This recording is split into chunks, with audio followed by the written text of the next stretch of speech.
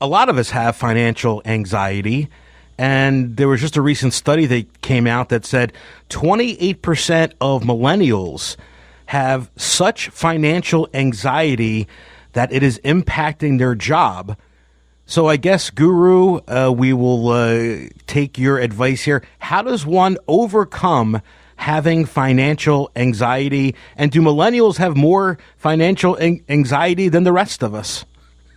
Great question. I think everyone has financial anxiety at some point or another. It doesn't matter where you are on the scale of your income or your wealth. I think it's normal.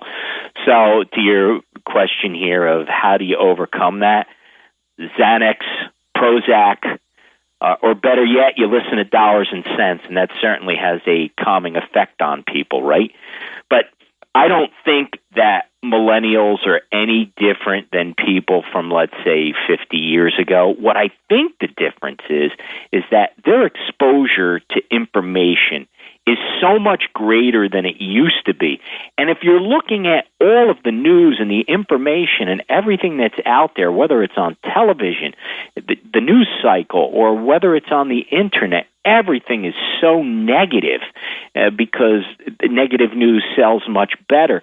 So I think these young people are completely inundated with negative information, and it's going to have an impact. And all kidding aside, look, anxiety is a very serious thing, and I don't want to make light of it by any stretch by what I said before. But it's something we all have to deal with. And look, here's my advice as far as financial anxiety and how to avoid it for people who are young.